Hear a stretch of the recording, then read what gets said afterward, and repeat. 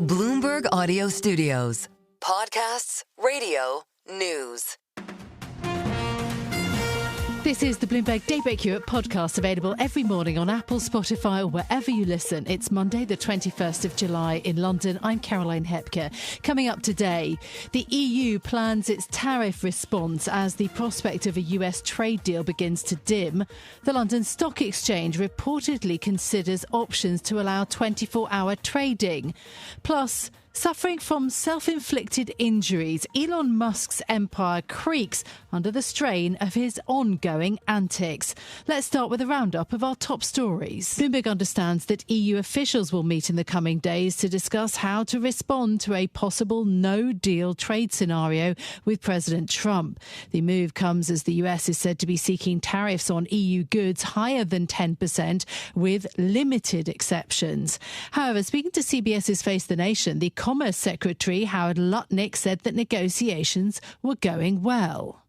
I am confident we'll get a deal done, okay? And it will be great for America because the president has the back of America. So I think all these key countries will figure out it is better to open their markets to the United States of America than to pay a significant tariff. Secretary Lutnick speaking there as EU states consider activating the bloc's most powerful trade tool, the so-called anti-coercion instrument, in the event of no deal ahead of the 1st of August deadline.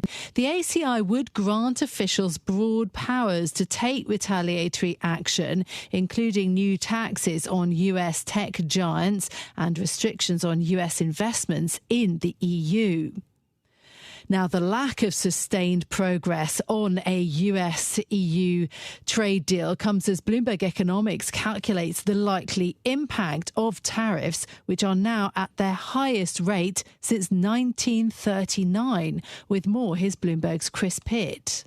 With the average US levy on overseas goods exceeding 13%, Bloomberg Economics projects that President Trump's global trade war will likely result in a $2 trillion hit to global GDP by the end of 2027. China accounts for about half the downgrade, with the country's growth now forecast to be just 4.4% next year. Bloomberg Economics has also lowered its 2025 US GDP forecast to 1.5%, down from 2.1% in December. Meanwhile, the UK is expected to continue posting sluggish growth, with GDP projected to rise by just 1.2% this year and 1.1% next year. In London, Chris Pitt, Bloomberg Radio. Japanese Prime Minister Shigeru Ishiba says that he intends to stay on despite his ruling coalition suffering a historic setback in Sunday's upper house election. Japanese public broadcaster NHK reports that the ruling Liberal Democratic Party, along with its longtime partner, the Komeito Party, failed to retain a majority in the upper house. Eurasia Group's director of Japan and Asia Trade, David Bowling, says that the results follow a broader trend at the ballot box. The big message from this election has been, inflation, and it kills incumbents. And we saw that happen in last October in the election, and this is sort of the second punch that Ishiba has taken. I think it's very hard. He was already on shaky ground. He's even on more shaky ground to remain as prime minister. David Bowling of Eurasia Group speaking there as traders grow increasingly concerned that further weakening of Ishiba's leadership could push the coalition to make concessions to the opposition, including cuts to the sales tax.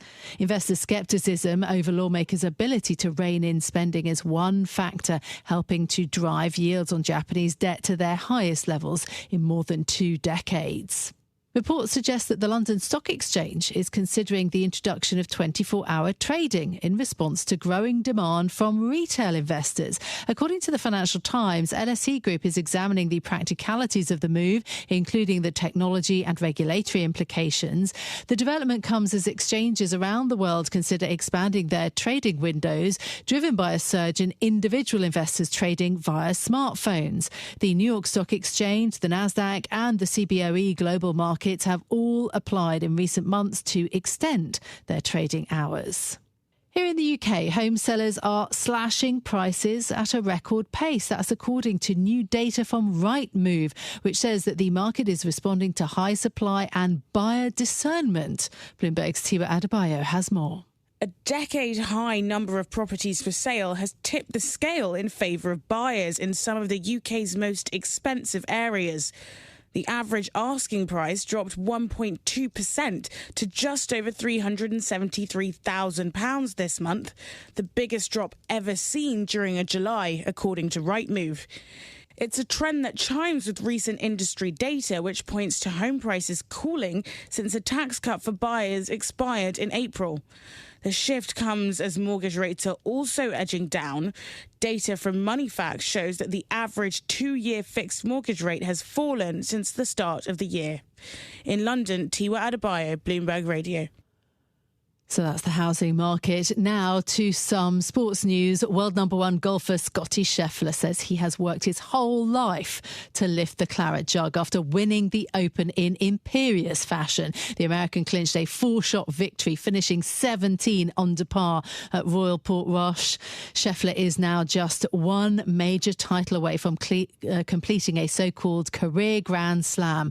But he says that isn't on his radar. It would obviously be very cool, but that's not what motivates me at the end of the day. You know, I'm just trying to get the most out of myself, and looking forward to the challenge of continuing to play professional golf. And every week is different. And this week I was the best player, but the beauty is we got to tee it up in Memphis again in a couple of weeks, and we start all over back at even par. Scheffler achieved his second major victory of the year as the home crowd favourite Rory McIlroy had to settle for a share of 7th place at 10 under par, 1 stroke behind England's Matt Fitzpatrick. So that is a roundup of our top news stories this morning. In terms of the markets, so the Japanese yen had strengthened as much as 0.7%. It's now up about 0.3%. That's the main reaction to Sunday's election in Japan, because the markets more broadly are closed in Japan for a holiday, so there's also no cash. The Treasury's trading in Asian hours. In terms of stock futures this morning, you've got US stock futures positive up about 0.1% for the S&P 500. US stocks 50 futures, though, are down 0.25% in a very important week full of data, an ECB rate decision this week in Europe. Ryanair's first quarter profit also coming in as a beat, 820 million euros. And then looking at the euro this morning, trading also slightly firmer against a weaker dollar at 116.32. So those are the main data points in the markets. In a moment, we're going to bring you the latest on the EU's potential tariff retaliatory package, the plan being worked on, and our deep dive reporting around Elon Musk and his businesses who are still suffering fallout from the brief unity between Musk and Trump that, of course, has broken down recently. So we'll get into that in a moment. But there's also another story that caught my attention this morning. Like all the best IPs, intellectual property in full, Alien is now an entertainment franchise, and with it comes last year's Alien Romulus, and in the next few weeks a new series from FX called Alien Earth. Bloomberg Businessweek's Esther Zuckerman has been writing about this because she got to speak to the series creator Noah Hawley. Fantastic interview. I love how she points out that it's not the giant drooling parasitic monsters in the movie that are the real villains. The Fiend is the faceless conglomerate, the company pulling the strings. And so in this new series, which apparently might actually stretch to multiple seasons, the action is when billionaires become trillionaires, they have more power than governments, and it's about 5 corporations battling it out for power. Hawley wanted to consider what happens when you take the aliens out of Alien. I'm really hoping that this season does what the best entertainment does these days, which is build worlds that please the new audience, but also please the die-hard fans. So they kind of weave old stories and lore into new creations. In short, I'm hoping for tough characters, some alien hunting, no gore, and maybe a new kind of mech. We'll have to see. Anyway, it's one story that I was thinking about today, what's coming your way in terms of entertainment. I'm going to put a link in our show notes to that story if you're an Alien fan like me. Right, let's think about what's happening here in the EU. What is going to happen if the European Union doesn't secure a negotiated deal with President Trump over tariffs, EU envoys are meeting to further their response plan. Meanwhile, in Germany, the Chancellor Friedrich Merz is also hosting an investment summit with dozens of companies who are expected to pledge hundreds of billions of euros of investment tied to certain government reforms. Joining us now is Bloomberg's Oliver Crook in Berlin. Good morning, Ollie. Negotiations between Brussels and Washington expected to continue for the next couple of weeks. What level and scope of tariffs, though, is the US now looking at? Yeah, well, that's a question I think everybody would like the answer to, not least of whom the negotiators on the European side, because I think at this stage they really still don't entirely know what the United States is going to do and what is in Donald Trump's mind 2 weeks from now. Remember, the deadline that is coming up is August the 1st. That is the Friday after next, and that is when you get 30% tariffs, theoretically, that kick in on all EU goods. And remember, this is super important for everybody because this is the biggest trading relationship in the world between the United States and the EU. It's more than $1 trillion worth of trade that goes in both directions. And I think the frustration so far, I mean, certainly from a journalistic standpoint, is there has not been a lot of clarity on where they are in negotiations. There have been, of course, lots of different levels of talks to try to get to 0% tariffs for 0% tariffs. That is an idea that is basically dead in the water. We know that basically the United States is setting a minimum rate of 10%. For the Europeans, the question is how much more pain than that are they willing to accept? How much asymmetry are they willing to accept in their discussions with Trump? But at the end of the day, I think the frustration from the European side is whatever the sort of discussions are leading up to this, at the end of the day, it's going to depend somewhat on how Trump feels on the day and feels closer to those negotiations, how strong he feels his hand is, but in part due to the other negotiations that are going on. And so I think it's very difficult, and there's a lot of anxiety. You know, I spent the weekend at the G20 at the end of last week talking to all these finance ministers, and I think there is a dawning realization that kind of the most optimistic scenarios, despite the positive face they want to put on, is really evaporating. So what would it take for the EU to retaliate, and how would that work? I mean, all leaders would need to sign off on it, surely, given what's at stake. What is this plan? Yeah, so that's the key question, right? So again, what we were reporting earlier is that the European Union kind of was okay with the idea that the U.S. would put in a 10% tariff. The question is how much more over 10% is the EU willing to accept? What you allude to there is that there are going to be some different views within the European Union in terms of what they're willing to accept. What sectors are affected has a different impact for each of the different countries within the European Union. But what I will say, and my impression is personally, but also some of the finance ministers I spoke to outside of Europe over the last couple of days, saying that basically there's a huge amount of unity on the European side, that they've really sort of circled the wagons in their discussions with the United States and the rest of the world. And I think that they realize that despite the sort of individual interests of each of the nation, that collectively their fate together is really sort of entwined. Yeah, of course. Meanwhile, in Germany, interesting, this investment alliance meeting. What are these companies going to pledge? Yeah, well, that's what we're going to find out a little bit later today. You know, I mean, this is really the era of kind of billboard numbers of hundreds of billions of dollars. This is something, you know, Trump says that there were $17 trillion that were committed to the United States. And of course, every country around the planet is trying to welcome investment and try to encourage investment. And that has been one of the difficulties that Germany has had over the last few years. You know, it's been stagnant economy for a number of years now. Friedrich Merz has come in as chancellor and said, you know, his plan is to turn things around. He's going to throw hundreds of billions of dollars from the state towards it. The question is, how do you now attract private investment? And what do you have to do in terms of the actual structural reforms within Germany in order to reshape this economy so that that money is not just a sugar high? This is a meaningful change to the German economy. And that's a conversation we're going to be having with the CEOs, both of Siemens and Deutsche Bank, who will join us in studio and basically answer those tough questions. And how do you turn this economy around that has really been sort of floundering for the last few years? Ollie, thank you so much for being with us. That is Bloomberg's Oliver Crook in Berlin. Look forward to hearing more on Germany's Investment Alliance meeting then. But now let's turn our attention to also our in-depth reporting on Elon Musk and how Tesla, SpaceX and XAI are struggling to deal with the fallout from Musk's feud with President Trump and some wild bets. Bloomberg's Asia aviation and transport reporter Danny Lee joins me now. Good morning. Elon Musk started out in the second Trump White House on top of the world. The market value of Tesla soared, but then we've had the feud, which has highlighted the financial vulnerabilities of his empire. What are the main issues for Musk's businesses now?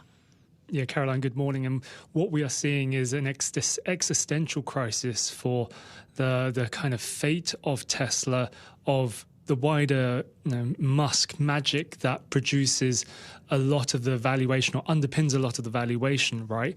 What we are seeing is Tesla sales sliding in various parts of the world, and in the most recent quarter we saw sales in the quarter down around 14%. That has fed into a more difficult time for earnings, but you look at how Musk has intertwined the politics with the business, joining for a time at the hip with President Donald Trump, backing him to the tune of $300 million US, and therefore Elon Musk has benefited from that with the early backing of Trump, the pronouncements, the access Musk had to the White House. You could easily count all the benefits that it could bring, potentially easier time on the regulatory front, the fact that all the subsidies that Tesla benefited from, but all of this fallout through the kind of angst, the frustration, Musk was seeing Trump taking in various directions, and now, for example, the subsidies that Tesla benefits from are now at risk when it comes to EV subsidies. So all of these things kind of present an existential threat to the fate of all the companies that Elon Musk runs when it comes to government funding, because investors understand just how much the kind of politics is now so intertwined with business and the fate of the fortunes. Yeah, it is. Danny, thank you so much for being with us. Danny Lee, Bloomberg's Asia Aviation and Transport reporter. And you can see the full report that analyses the impact on Tesla, SpaceX and XAI, even though, of course, Elon Musk says he's back to being in the office 24/7. The title of the story, Elon Musk's empire is creaking under the strain of his antics. Read it on bloomberg.co.uk. This is Bloomberg Daybreak Europe, your morning brief on the stories making news from London to Wall Street and beyond. Look for us on your podcast feed every morning on Apple, Spotify and anywhere else you get your podcasts. You can also listen live each morning on London DAB Radio, the Bloomberg Business app and Bloomberg.com. Our flagship New York station is also available on your Amazon Alexa devices. Just say, Alexa, play Bloomberg 1130. I'm Caroline Hepker. And I'm Stephen Carroll. Join us again tomorrow morning for all the news you need to start your day, right here on Bloomberg Daybreak Europe.